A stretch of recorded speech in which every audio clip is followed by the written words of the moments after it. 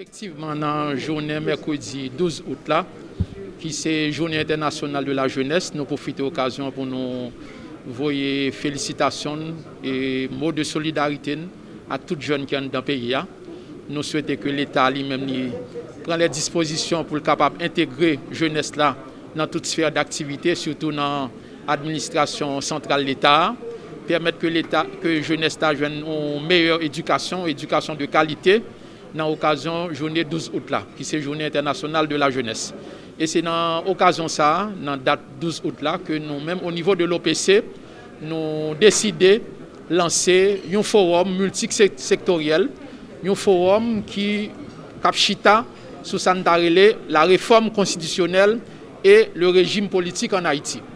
Donc, le forum ça regroupé, rassemblé différentes parties prenantes dans le pays.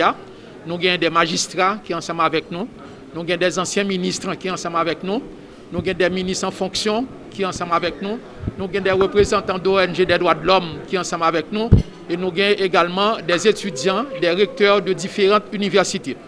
Objectif ça, pour qui ça nous prend initiative, ça c'est parce que question constitution, à côté d'un paquet d'autres questions d'actualité, c'est une question qui est réellement importante. Tout le monde connaît que depuis un certain temps, il y a un débat qui a fait sur question réforme constitutionnelle. Et nous-mêmes, en tant que ONG, en tant que structure étatique dans l'État, qui travaille sur la question de protection et promotion des droits humains, nous avons une nécessité pour nous approfondir le débat. Nous invitons différentes personnalités à venir débattre des sujets sous question constitution, mais nous-mêmes, au niveau de l'OPC, nous avons une position déjà arrêtée sur la question constitution. Position arrêtée que nous gagnons, c'est tout simplement nous souhaiter que, quelle que soit la façon dont nous avons une constitution, que vous arrivez à Sandarele une constitution amendée, que vous arrivez à Sandarele une constitution révisée, ou bien que vous arrivez avec Sandarele une nouvelle constitution, eh bien, il faut que volet droits humains toujours dans la constitution. Il faut que le principe de non-discrimination toujours protégé. Il faut que l'égalité des genres toujours protégée.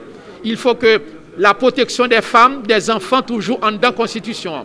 Il faut que l'alternance démocratique, le pluralisme politique, la séparation des pouvoirs, l'inamovibilité pour les magistrats, eh bien, ce sont des acquis et nous souhaitons que, quelle que soit la façon que nous sommes censés compter, aborder, manier la constitution, ça, eh bien, il faut que les principes, ça, qui sont des principes fondamentaux, qui sont des acquis démocratiques, nous avons souhaité qu'ils auraient été insérés dans la prochaine constitution, ou bien dans la constitution qui est censée amender, ou bien dans la constitution qui est censée réviser. Nous-mêmes, ce n'est pas seulement au niveau de l'OPC qui a des préoccupations. Tout le monde n'a pas admettre que depuis 1987 à date, nous avons une constitution qui a un caractère assez démocratique, qui était là et qui l'a toujours encore, mais qui est très souvent violée par les autorités chargées de les faire respecter. Il y a un peu de monde qui dit que parfois c'est une constitution qui est inapplicable. Parfois, il y a un peu de monde qui dit que c'est une constitution qui crée une source d'instabilité. Grand pile monde dit c'est une constitution qui crée, qui encourageait la corruption. Surtout lorsque on fait référence à Sandarele, comment arriver à la nomination d'un premier ministre au niveau du Parlement haïtien. Donc il y a un pile débat qui fait. Il y a des gens qui pour une nouvelle constitution, il y a des gens qui pour le respect scrupuleux de la constitution de 1987, il y a des gens qui disent que la constitution n'a pas de problème. Au contraire, c'est l'autorité politique qui va jamais appliquer. Et c'est peut-être ça que nous prenons toute idée ça, nous mettons ensemble, pour nous voir comment que nous sommes capables de sortir avec un document de base, un document de synthèse, et document de synthèse il y a toutes recommandations et nous soumettre aux autorités concernées, aux plus hautes autorités concernées, dans la perspective débat qui continue à faire et qui doit continuer à faire sur la question de constitution. Nous-mêmes, nous n'avons pas de position arrêtée pour le moment, je ne t'ai pas dit. Et nous ne voulons pas influencer le débat. Étant donné que c'est nous-mêmes qui lançons le débat, nous ne voulons pas influencer le débat, nous ne voulons pas imposer l'idée nous en tant qu'OPC.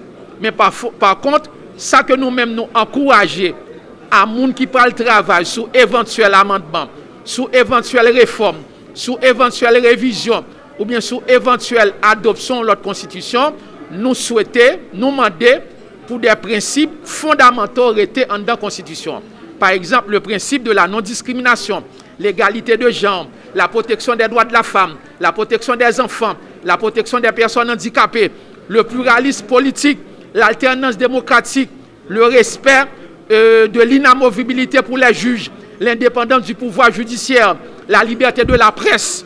Donc, c'est des paramètres que nous-mêmes, en tant que structure étatique qui là pour faire protection, promotion des droits humains, et quelle que soit l'Assemblée constituante qui va le monter, quelle que soit la personnalité qui va le travailler sur la question constitution, nous avons goumé pour que le principe ça y aurait été en dans la constitution ou bien que y renforcé dans la prochaine constitution ou bien dans la constitution qui est censée amender ou bien réviser.